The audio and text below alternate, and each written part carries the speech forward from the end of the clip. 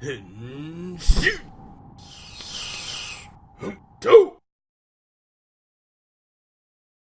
guys, welcome to this episode of the Go Mango Tokucast. I'm your host, Frozen Stratos. Here with me today we have the Cinder Blaze and Makotoa. Guys, welcome back.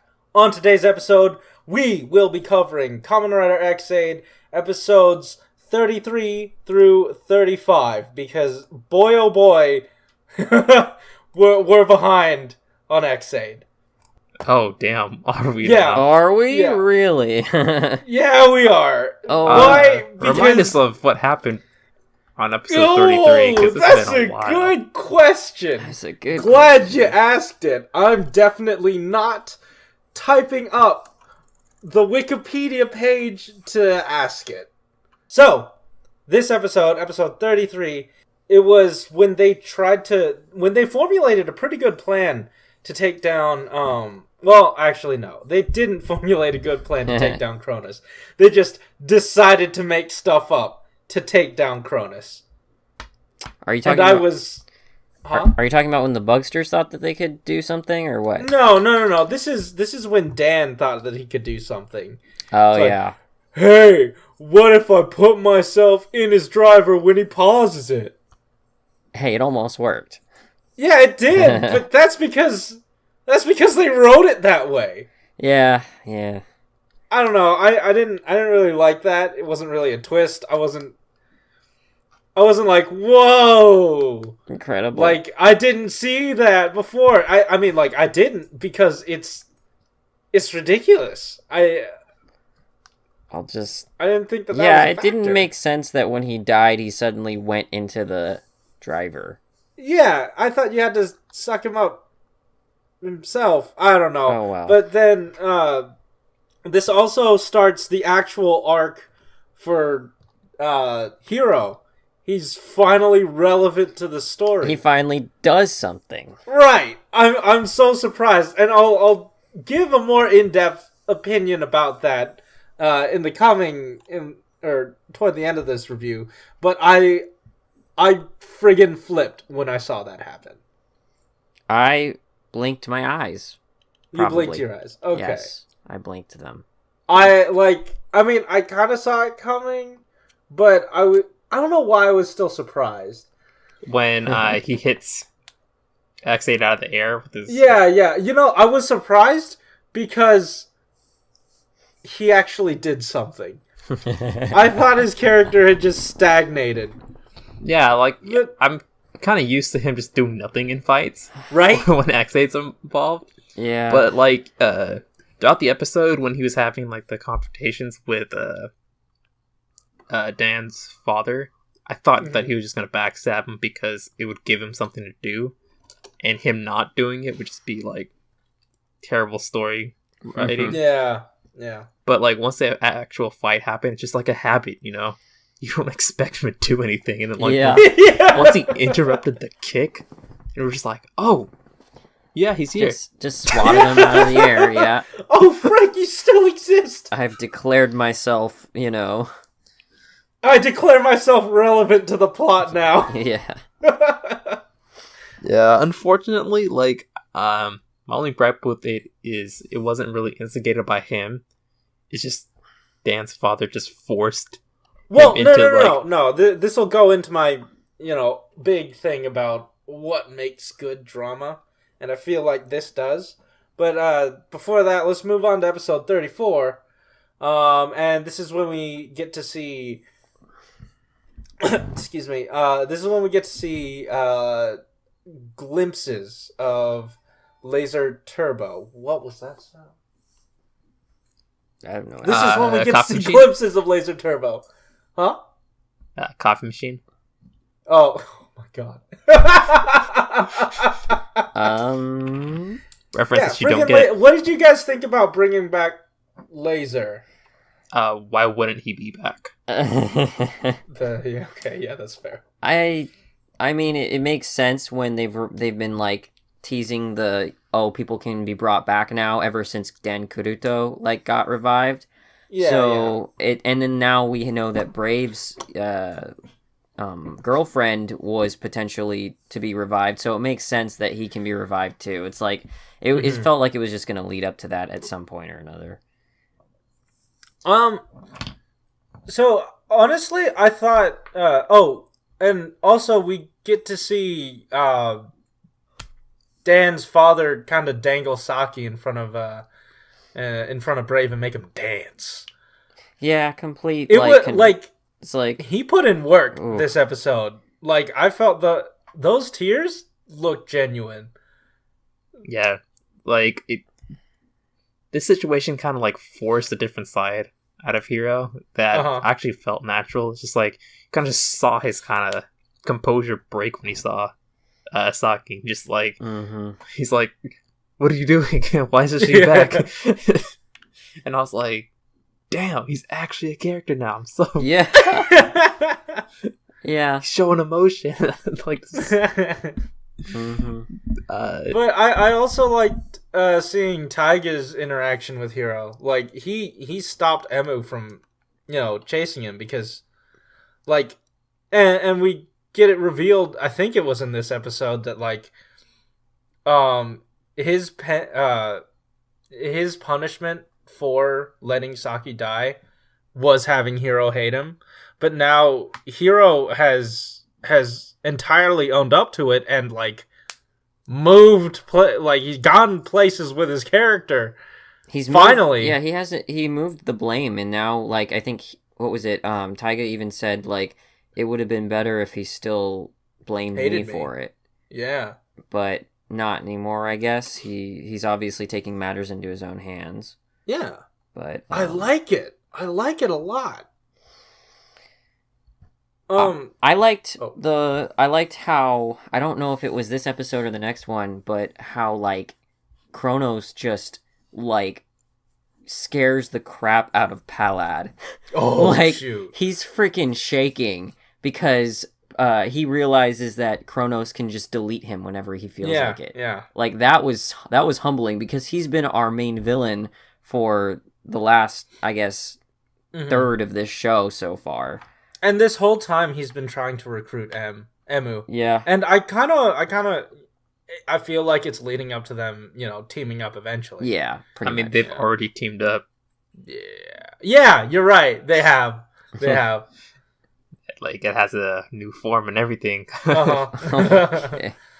But then we move on to episode 35. A lot of good stuff happens, but a lot of bad stuff happens. This is the latest one? We get to see... Huh? Yo, can I say something about this episode? Oh, go ahead. This episode reminded me how bad of a lead X8 was in this series.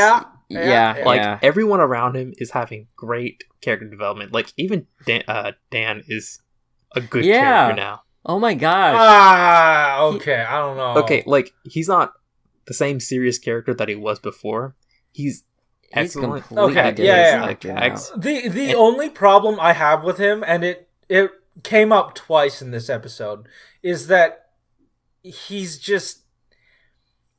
serves as a pretty big plot convenience.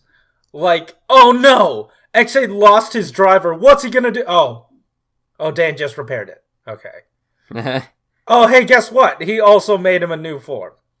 Oh, okay. Cool. Yeah. I don't know. I feel like it's too easy. Doesn't really earn anything like Gaim did. Don't even go there. Oh, come on! God's all like, I like your ideology. Here's a power-up. It wasn't God. I'm pretty sure he was the devil. He was the serpent. Okay. Come on, man. It's just like a superpowered being is just like, I like you. Here's a power-up. That was like Gaim. But for this one, it's just, he has the creator of he's got a what do you call it? He's got a motivation, and it is to like get his company back and prove that he's better than his father. Which it's like you do that over there. Like, it's okay. You can have that.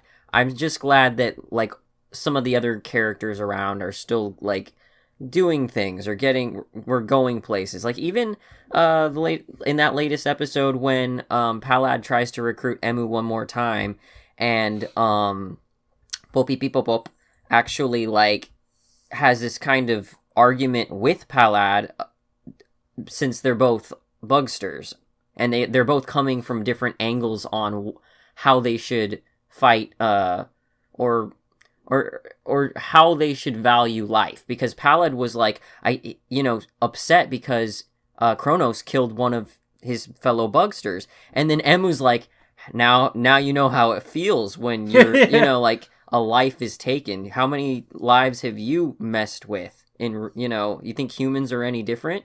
So like that was really great that like Palad had to be faced with that, and he got to realize what it felt like to have one of his own compatriots die. Yeah. So I loved that little dialogue that between the three of them at that point. I don't think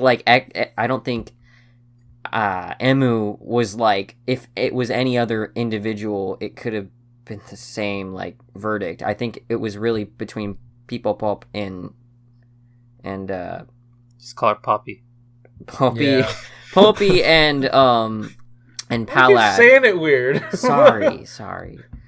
Poppy and you Palad. picked the hardest part of her name to pronounce.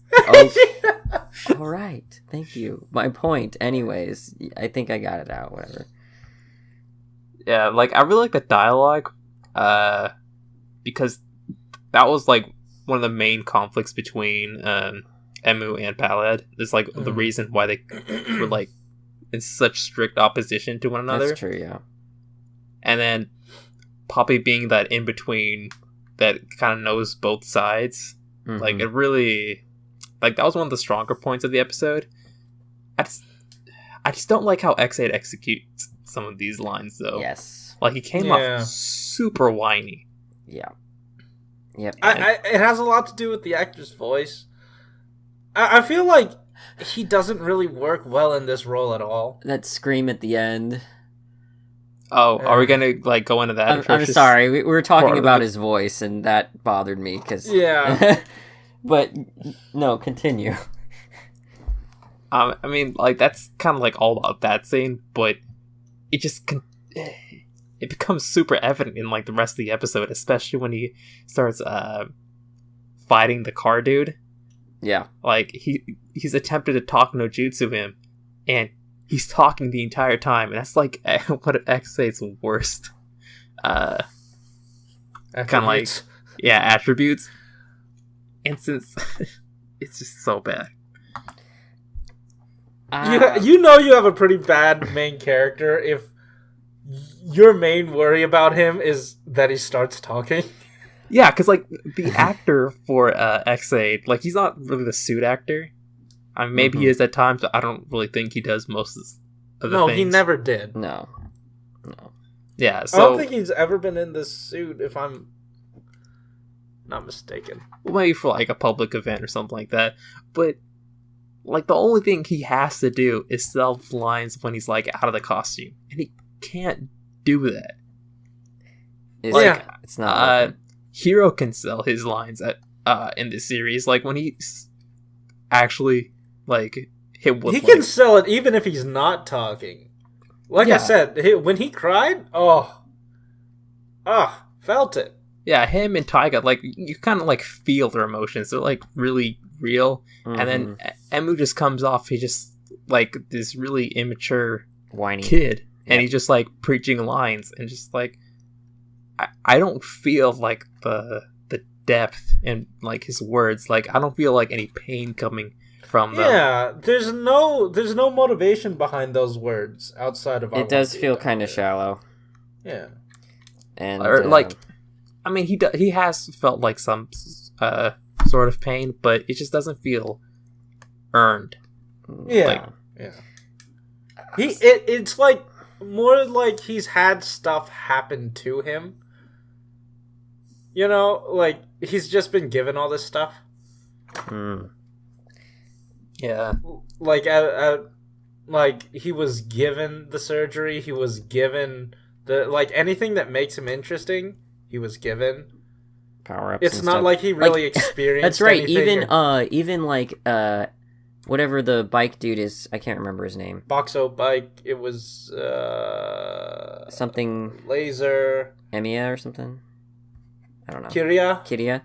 He even said to Emu in the episode, he's like, besides, you were only good because of your Bugster. Like, Pallid was the only reason you were ever a good gamer. Wait, did he say that? He said that, yeah. Yeah. Oh, all I remember this episode was him saying, like, oh, you trusted me to beat them. Yeah, and you didn't. So screw you. I love that. Dude, okay, obviously, I don't think any of us were, like, fooled into thinking that was going to actually work. Oh, my favorite part of the episode was when they tried to reprogram it. And then he gets up and kicks Emu in the face. I love that. Oh, my God. Oh, why? Like that was so satisfying. Why? Like, this is the weirdest thing, because we are literally cheering because the protagonist just got whaled in the face. Like, whaled in the face next to the beach. I'm just thinking this is really... He got beached whaled.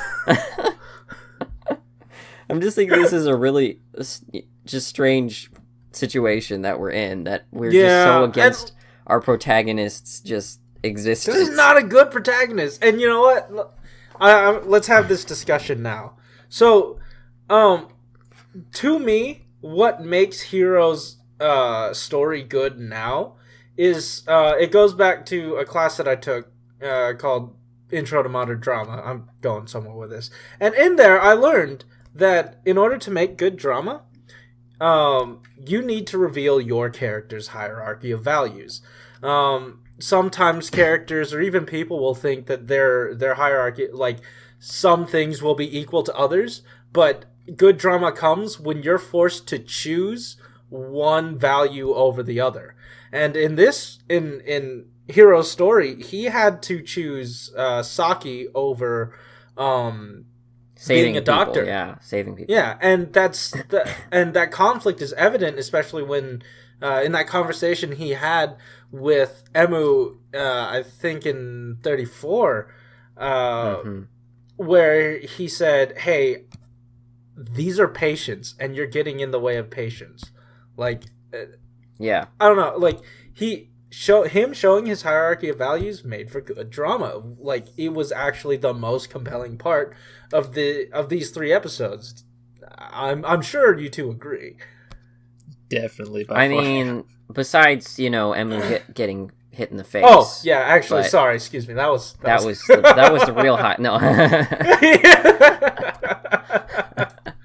Man, he deserved that so bad. Oh, so bad. Like, and the reason why Emu will never be interesting is because we know his hierarchy of values, and like, even if it's challenged, we know what he's gonna choose. It's not like we know he knows. He just struggles to get there. There's never been really a conflict. He's never had this urge to ever tell Pallad, yes, I want to team up with you, or yes, I want to fight. Like, there's far and few between does he ever get to the point where he's like, all right, I'm going to actually do something against you besides protect people, Yeah, and like what M is really lacking right now is just a struggle.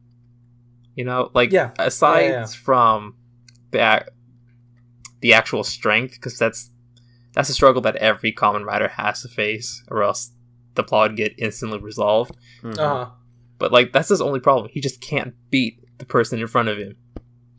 Yeah. And like, if he could just do that, then this show would be just over. Yeah, it was nice in the same way that, like, oh, I beat Bike Dude and quote reprogrammed him, and he just was like, oh, he's gonna be good now. You're good now, right? You're good, right? Like, I won, so I obviously won the argument. Almost.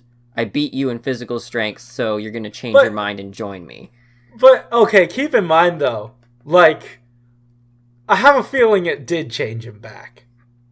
Because, like, he did, like, just whisper in his ear. The little whisper, and then they're trying to, like, play it off. So, know, like... Yeah. You know it's not... Oh, like, about that whole twist about him being evil? That's totally not what's happening. Yeah, well, yeah. And it bothers me because they don't have the balls to write anything compelling for him. Anything to challenge Emu. Oh shoot, part of my motivation to keep going, that person is opposing me now. I can't be challenged anymore because wait, excuse me. I mean, he is challenged. Yeah. I mean, he did. Look, he did. This is kind of the most challenge that like Emu's been faced with because it's like it's gone now because he's obviously on his side. Obviously, changed or whatever, and it. Either it obviously worked or he wasn't that way to begin with. Like, he was just playing the evil side. It's gonna end up being another double cross, but that's. I mean, you can't have any of the actual human actor type people be evil, right? Yeah, except for maybe all the pretty people can't be evil. The final villain that doesn't really have any character development. He will be the evil one. Well, I mean, like, we still have... I still wager that Palad is more interesting, but yes. This guy's a pretty good second. Mm-hmm. And he, like, Kronos. He's just vague enough and just, like, insane enough for me to get behind as a villain to... who's supposed to, take the spotlight and put it on the other character. Like, he serves as a pretty, like, you know how in Marvel movies none of the villains are really, like, all that stand out. Yeah, it's because we're supposed to be highlighting the heroes, and it does a good job of that. It's just that Emu can't get into the spotlight. He's like, oh, where's the light? It's like blind or something. I don't know. Yeah, while we're ranting on Emu, I also have one other thing to say about him. Yeah. The tension between him and the car dude, it's like it's like a lover's quarrel. What was that at the end? The very last part of the episode where they just kept, like weird cuts, panning the faces back and forth with this like. Just when it's about to end, it starts again. Yeah. Like what? He's like, we need to fill in the space for the rest of this episode because we didn't actually get enough footage. So let's just like dramatically, extend this moment of tension that we're gonna try and force. It was so bad. Was really awkward. It was so bad. Like a bad drama. You're just like. Yeah. I think Emu just really wants to ride him again. Okay. Anyways, guys, I think that just about does it for our review of episodes 33 through 35 of Kamen Rider X8. If you like this video, hit that like button. If you want to tell us what you thought about this episode in the comments down below, why don't you go and do it. Also, hit that subscribe button if you want to hear more from us each week. All the links to our social medias are in the description down below for the Go Man Go Network and our personals. Don't forget, we also have a Discord chat all up in there. So go ahead and get in there and we'll chat about it. Guys, see ya. Bye-bye. Later.